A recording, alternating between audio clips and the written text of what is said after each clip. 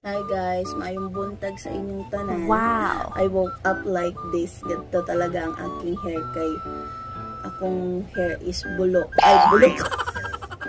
Kulot pala. Ay, sorry. Aga na bulok? Na, I'll try na magsultig Bisaya now.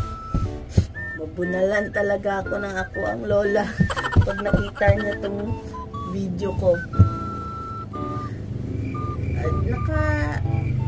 Nakasulti man ko Bisaya language kaso gamay ra. Nakaintindi lang din ako. By the way, ako ang ngalan ay Joy.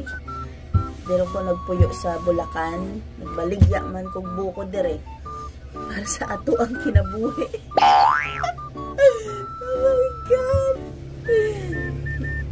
Hindi ko fluent mag-Bisaya pero kapag na ay nibili og buko. Ano ba? Anong tawag dun sa bumibili sa Bisaya? Bili. Basta yun, bumili muna. Hindi ko alam. Naglisod man kong salitag Bisaya. Dahil 2 years lang naman ako natira ni Puyo sa among probinsya. Grade 3 sa grade 4 ako. Oh. 28 years old naman ako. Nainit naman na siya. Ito among plansyahin. Kaya malate man ang ako ang anak. Gawa-gawa pa ako vlog. Oh my God. Sobrang init naman.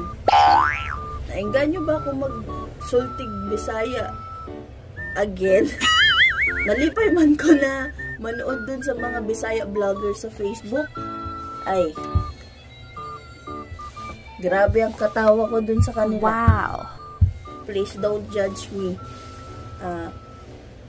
Karong araw lang ako nisulti ug balik ng Bisaya. Ay, wala na jud ko masulti. Kana lang akong alam. Mali-mali pa jud akong punto. Kana mo na. Parang sumasabog yung utak ko pag natutulala lang ko, di ko alam yung sinasabi ko. Teka, paano ko ba i-close yung video? Ang sama ni? Ito. Amping mong tanan diha. If you see this video, don't judge me kasi gusto ko lang naman talaga na matuto mag-Bisaya ulit pero